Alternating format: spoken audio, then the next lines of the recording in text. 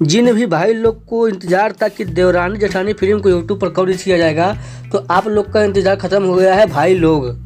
और फाइनली देवरानी जेठानी को यूट्यूब पर रिलीज किया जाने वाला है। तो चलिए आप लोग को हम बता देते हैं कि इस फिल्म के स्टार कास्ट में कौन कौन है जो आप लोग को दिखने वाले हैं। तो जो लोग इस फिल्म में दिखने वाले हैं उनका नाम है गौरव झा जी, काया राघवानी जी, रिंकू घोष जी, देव सिंह जी, संजय पांडे जी, रिंकू भारती जी व अन्य कलाकार दोस्तों आप लोग को इस फिल्म में दिखने वाले हैं। इस फिल्म की स्टोरी है भाई लोग देवरानी जेठानी के नोक-झोंक व प्यार पर बनाई गई फिल्म है।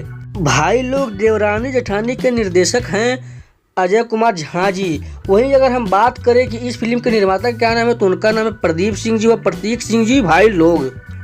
तो अब आपको ये बता देते हैं कि देवरानी जेठानी फिल्म को यूट्यूब पर कब, कितने बजे एवं किस यूट्यूब चैनल पर रिलीज किया जाने वाला है। इस फिल्म के फुल मूवी को B4G भोजपुरी के यूट्यूब चैनल पर रिलीज कर दिया गया है भाई लोग। तो जो लोग अभी इस फिल्म को नहीं देखे हैं जाकर यूट्यूब पर देख सकते हैं B4G भोजपुरी के यूट्यूब चैनल पर।